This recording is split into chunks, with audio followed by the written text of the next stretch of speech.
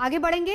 राजस्थान कांग्रेस की अंदरूनी लड़ाई में शोले लगातार सुलग रहे हैं। सचिन पायलट दिल्ली में हैं। उनकी मौजूदगी से कांग्रेस नेतृत्व सांसद में खबर यह भी है कि सचिन पायलट किसी मध्यस्थ की बजाय अब सीधे प्रियंका गांधी से ही मुलाकात करने की कोशिश कर रहे हैं और वो आज शाम जयपुर लौट जाएंगे। इससे पहले वो अपनी बात पार्टी नेतृत्व के सामने रखना चाह रहे हैं। लेकिन बड़ी खबर यहां पर यह भी है कि मध्य प्रदेश के पूर्व मुख्यमंत्री कमलनाथ को सचिन पायलट और अशोक गहलोत की जंग में मध्यस्थ की भूमिका दी गई है। कमलनाथ दोनों ही नेताओं के लगातार संपर्क में हैं।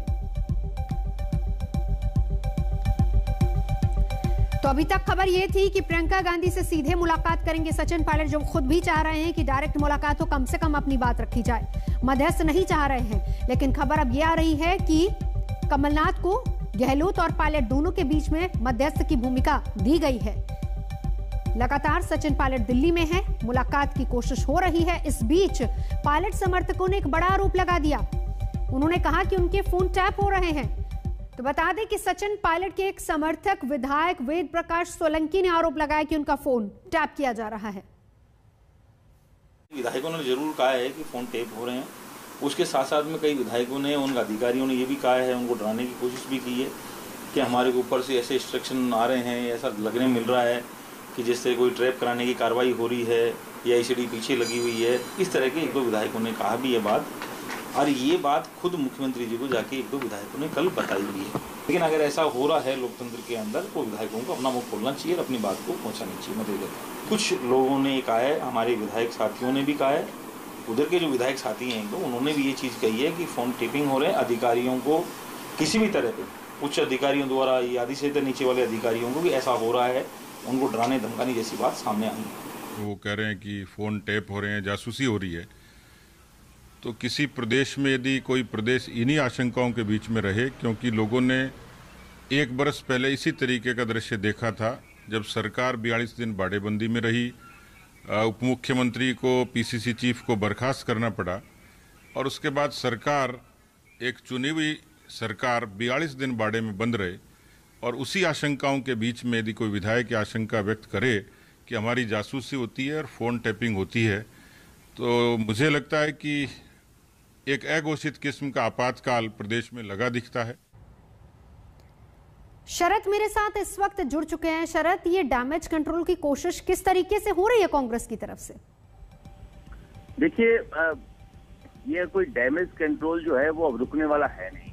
ऐसा बीच में अगर लग रहा था कि रुका हुआ है तो इसकी वजह से कोरोना था। जैसे ही आपको याद होगा पिछली बार कोरोना थोड़ा सा लग रहा था खत्म होगा था, सचिन पायलट सीधे पहुंच गए प्रदेश कांग्रेस मुख्यालय और उन्होंने कहा कि कोई वजह नहीं है कि अब जो वादे किए गए थे उसे पूरे न किए जाएं।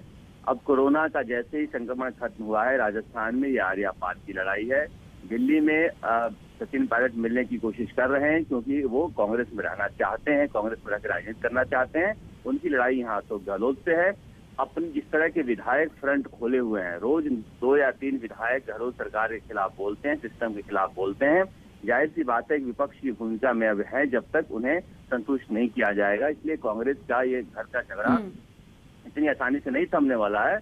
और ऐसी खबर है कि सोनिया गांधी अब इस मामले में काफी गंभीर हुई हैं और हो सकता है कि प्रियंका गांधी आज आ जाएं लौट के दिल्ली, तो वो इस मामले में मध्यस्थ की भूमिका निभाएं और इसको खत्म करें। अशोक गहलोत भी चाह रहे हैं कि जून में इस मामले को खत्म किया जाए। नजर बना रखें। शुक्रिया पूरी जानकारी के लिए। आगे बढ़ेंगे, बीजेपी खेमे की बात करते हैं, जहां पर वसुंधरा राजे सिंधिया बीजेपी में किनारे होती नजर आ रही हैं। पार्टी के पोस्टर और होर्डिंग से वसुंधरा की तस्वीर पूरी तरह से गायब कर दी गई है। क्या है इसके मायने, आज तक संवाददाता शरद बता रहे हैं। बीजेपी के होर्डिंग से गायब हो गई वसुंधरा राजे। बदलाव प्रकृति का नियम है, किसी के लिए सुखद होता है, किसी के लिए दुखदायी होता है, लेकिन 20 सालों में ऐसा पहली बार हो रहा है कि बीजेपी मुख्यालय पर कहीं छोटी सी भी तस्वीर पूर्व मुख्यमंत्री वसुंधरा राजे की नहीं है। नए होर्डिंग लगाए गए हैं जयपुर में बीजेपी मुख्यालय के बाहर, जिसमें प्रधानमंत्री नरेंद्र मोदी, राष्ट्रीय अध्यक्ष जेपी नड्डा, नेता प्रतिपक्ष गुलाब चंद कटारिया और प्रदेश अध्यक्ष सतीश पूनिया हैं। दूसरी तरफ उतनी ही बड़ी होर्डिंग लगाया गया है जिसमें संघ और पार्टी से जुड़े विचारकों की तस्वीर है। छोटी तस्वीर भी कहीं आपको वसुंधरा राजे की नहीं दिखाई देगी।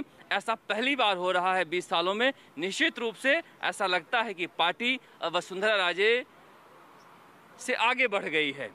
पार्टी के प्रदेश अध्यक्ष सतीश पूनिया कहते हैं कि ये प्रदेश अध्यक्ष के स्तर पे या किसी नेता के स्तर पे तय नहीं होता, ये कमेटी तय करती है और राष्ट्रीय स्तर पर ये कमेटी रहती है कि होर्डिंग में कौन रहेगा, किसकी तस्वीर रहेगी, इसमें हमारा कोई हाथ नहीं है। लेकिन साथ साथ वह यह भी कहते हैं कि बदलाव प्रकृति का नियम है, बदलाव होते रहता है, नए लोग आते रहते हैं।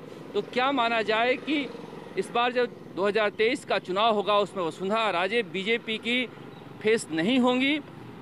ऐसा लग रहा है कि बीजेपी ने जिस तरह से मूड बना लिया है कि कहीं एक छोटी सी तस्वीर भी कहीं भी होर्डिंग में वसुंधरा राजे नज़र नहीं आ रही हैं, कोई पोस्टर भी नज़र नहीं आ रहा है। साफ है कि वसुंधरा राजे के लिए मुश्किल भरा रास्ता है। फिलहाल यहाँ रुकेंगे एक ब्रेक के लिए। आज तक पर खबरों का सिलसिला जारी है, देखते रहिए।